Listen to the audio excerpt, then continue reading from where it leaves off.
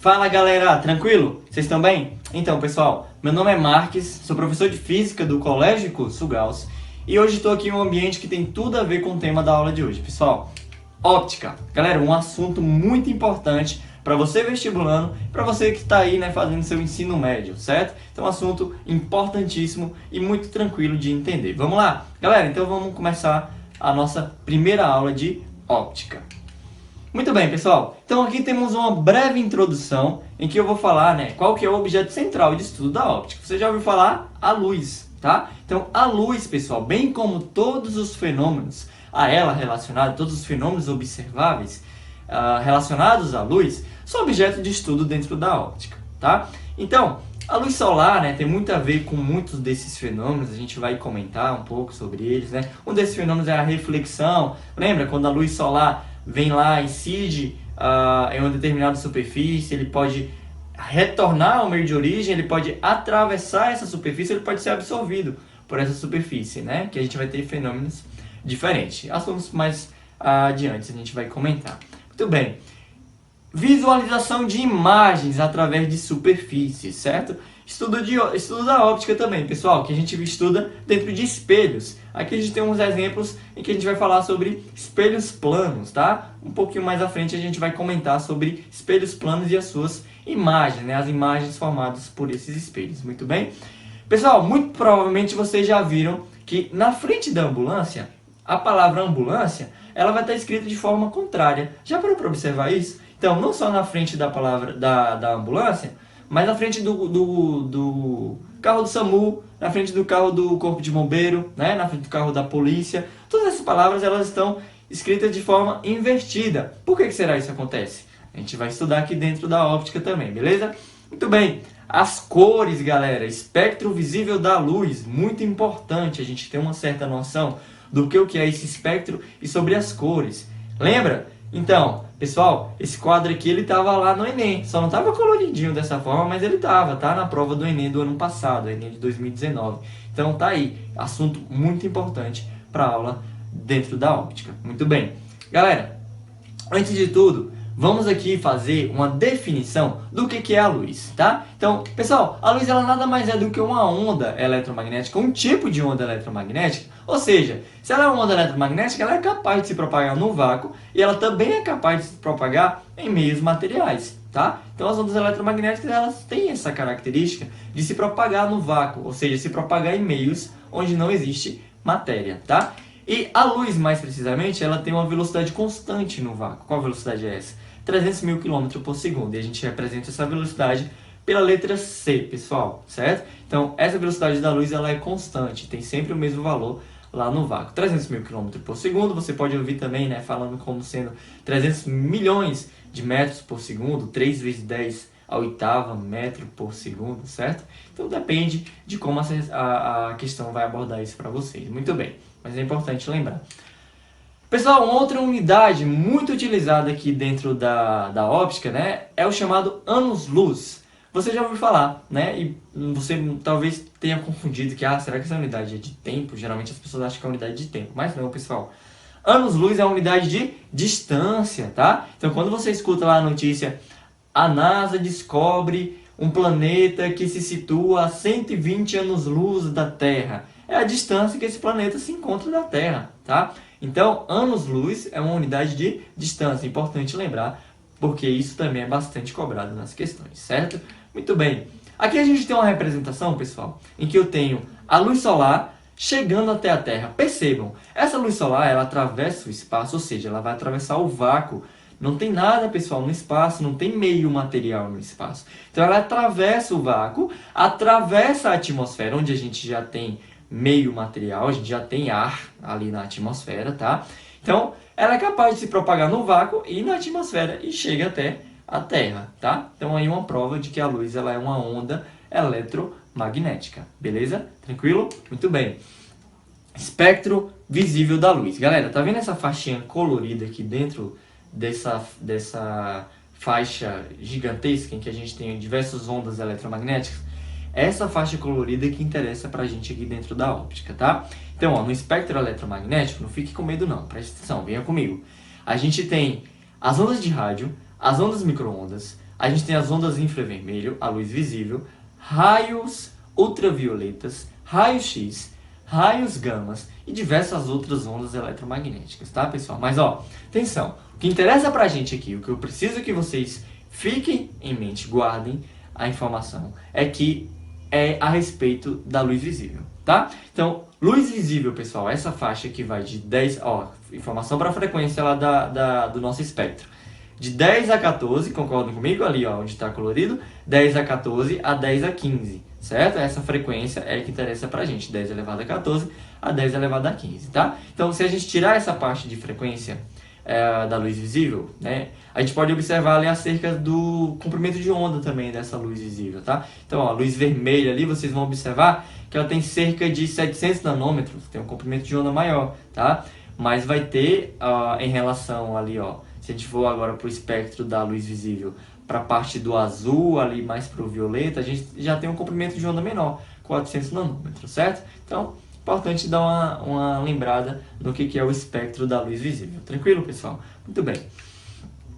Hoje, especificamente, na aula de hoje, nós vamos focar mais e falar mais a respeito de conceitos da óptica e princípios da óptica geométrica, tá? Então, vamos começar, obviamente, pelos conceitos. Pessoal, são conceitos essenciais para o estudo dentro da óptica. Então, primeiro conceito, conceito de raio de luz. Pessoal, o que é um raio de luz? Você escutou bastante já na sua vida. Ah, o raio de luz de solar, o raio de luz emitido por uma lanterna, enfim. O que é esse raio de luz? Ele nada mais é do que um segmento de reta utilizado para representar a direção e o sentido, então a direção e sentido de propagação da luz, certo? Então, raio de luz, eu vou lembrar que é utilizado para representar direção e sentido. Direção, lembra? Vertical, horizontal, diagonal, exatamente. Sentido, para cima, para baixo, para esquerda, para direita, cuidado para não confundir, certo? Muito bem. Aqui a gente tem uma situação em que eu tenho uma chama, né, emitida por uma vela, que eu tenho diversas direções e diversos sentidos de propagação de raios de luz, tá? Então, ó, uma dessas direções e sentidos, eu consigo observar que um raio de luz ele sai da chama da vela e vai chegar até o meu observador. Concorda comigo? Então, essa é uma representação de um raio de luz, certo? Muito bem, tranquilo. Outro conceito muito importante utilizado aqui na óptica é o conceito de feixe de luz. Pessoal, o que é um feixe de luz? Um conjunto de raios. Exatamente, um conjunto de raios. Esses conjuntos de raios, eles são de três formas, tá? Eles vão definir três tipos de feixes. Quais são esses três tipos de feixes?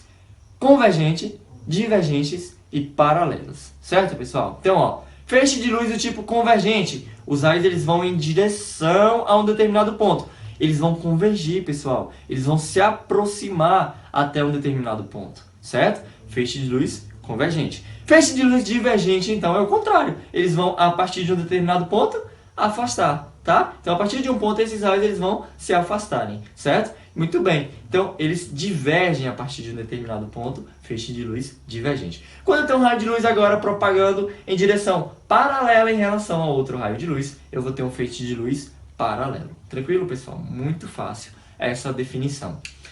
Bem, continuando nosso estudo, então, um outro conceito, esse é importantíssimo, fonte de luz. Tranquilo, o que é uma fonte de luz? Nada mais é do que um corpo capaz de emitir luz para o espaço, capaz de emitir luz para o meio em que ele se encontra, tá? Então, isso é o conceito de fonte de luz. Pessoal, cuidado, por quê? Eu estou falando que fonte de luz é um corpo capaz de emitir luz para o espaço. Eu não estou falando que é um corpo capaz de emitir luz própria, tá? Ele pode emitir luz própria, mas ele pode emitir luz a partir da reflexão também, ó. Vamos aqui no exemplo que vai ficar claro. Então, ó, aqui a gente tem uma vela, certo? Essa vela, a chama da vela, ela emite luz própria, a gente consegue visualizar ali através do fogo, que ela vai iluminar o ambiente, tá? A lâmpada incandescente também, ela consegue iluminar o ambiente ali, sozinha ela vai conseguir iluminar esse ambiente, porque ela emite luz própria. O Sol, certo? O Sol também vai conseguir emitir luz própria, beleza? Mas, e a Lua? Será que a Lua é capaz de emitir luz própria? Pessoal, a Lua só emite luz a partir da reflexão dos raios solares. Então a Lua, ela é visível por quê? Porque ela reflete a luz que ela recebe do Sol. Exatamente. Então a Lua ela não é uma fonte de luz que é capaz de emitir luz própria. beleza? Lembrem-se disso.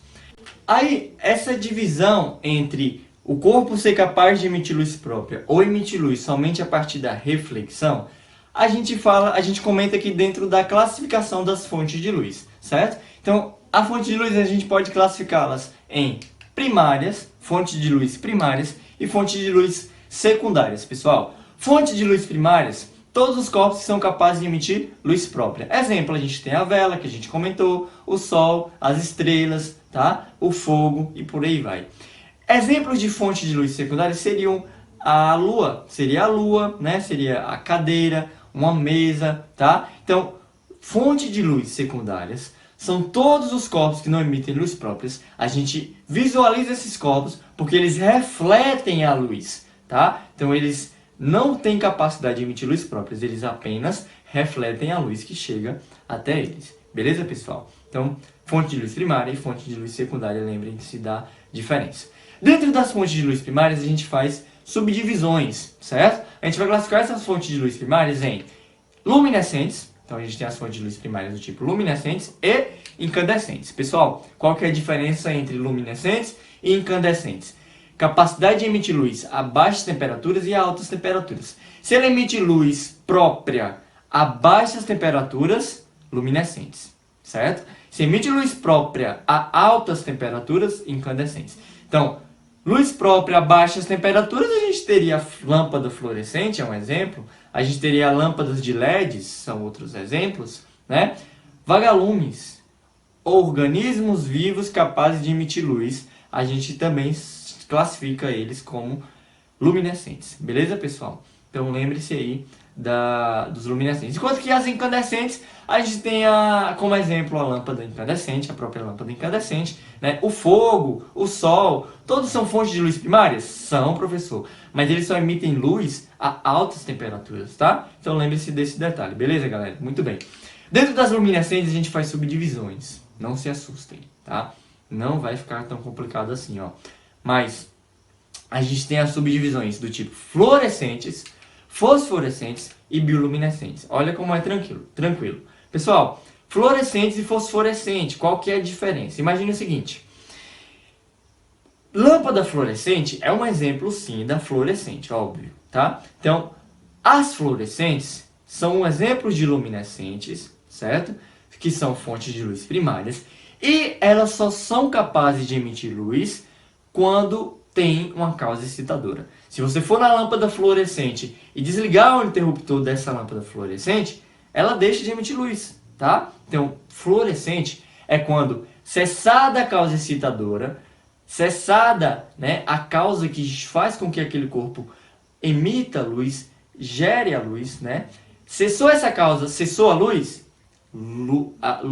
fluorescente. Beleza, pessoal? Desculpa. Então, fluorescente, certo? Tranquilo? Cessou a causa, cessou a luz, fluorescente. Certinho? Então, na fosforescente, acontece o quê? Cessou a causa, ela não deixa de emitir luz imediatamente, continua emitindo luz ao longo de um tempo. Já viu aquelas pulseirinhas de festa? Então, naquelas pulseirinhas, né, de festa que você chega lá e o cara emite uma luz, uma lanterna para aquela pulseira, ela brilha, né? Ela emite uma determinada quantidade de luz. Você observa que mesmo depois que o cara tira a lanterna, ela continua brilhando ao longo de um tempo. Isso acontece por quê? Porque ela é um tipo fosforescente. As fontes de luz primárias, luminescentes do tipo fosforescentes, elas emitem luz após um tempo, né, ao longo de um tempo, mesmo cessado a causa excitadora, tá? Então lembre-se da diferença entre fluorescente e fosforescente. Bioluminescente é tranquilo. Bio te lembra o quê? Vida. Então são todos os organismos vivos capazes de emitir luz. Vagalume, tá? Algumas espécies de peixes também são exemplos de bioluminescentes, certo? Algumas algas, alguns exemplos de algas também são exemplos de bioluminescentes. Tranquilo, pessoal? Muito bem. Então aqui a gente falou sobre as classificações das fontes de luz, certo? Vamos lá, para ver se ficou claro. Então a gente tem o Sol, tá? O Sol é uma fonte de luz primária ou secundária? Primária, exatamente. Agora ela é luminescente ou incandescente? Lembra? Temperatura, luminescente e incandescente. Alta temperatura, incandescente, certo? Primária, incandescente. Muito bem. Lâmpadas de LED, e aí? Primária ou secundária? Primária, tá ligada a lâmpada, primária, muito bem. Primária, luminescente ou incandescente? Baixa temperatura ou alta temperatura? Baixa temperatura, então ela é luminescente, certinho? Muito bem. Aqui a gente tem o que a gente conhece como stickers, tá? São alguns stickers que são capazes de emitir luz mesmo cessada a causa excitadora. E aí, pessoal? Primeiro, é primário ou secundário? Primário. Cessou a causa excitadora, né? Emite luz a baixa temperatura, luminescente, do tipo fosforescente. Tranquilo? Muito bem. Aqui a gente tem algumas algas, a água-viva, né? Água-viva capaz de emitir luz própria. Então, bioluminescência, organismo vivo, certo? Lâmpada incandescente, primário também, muito bem. Só que primária do tipo incandescente, alta temperatura, lembre-se disso. Lembre-se dessa parte, muito bem. E aqui agora, galera, cuidado. É uma lâmpada incandescente? Sim. Mas é primário? Por que não, pessoal? Ela está apagada. Eu consigo visualizar essa lâmpada? Consigo, mas não porque ela está emitindo luz própria, e sim porque ela está refletindo. Se ela reflete a luz, então ela é uma fonte de luz secundária. Certinho? Perfeito, pessoal. Aqui a gente tem uma sala com diversos objetos e aqui a gente consegue visualizá-los e, portanto, são todos exemplos de fonte de luz secundária.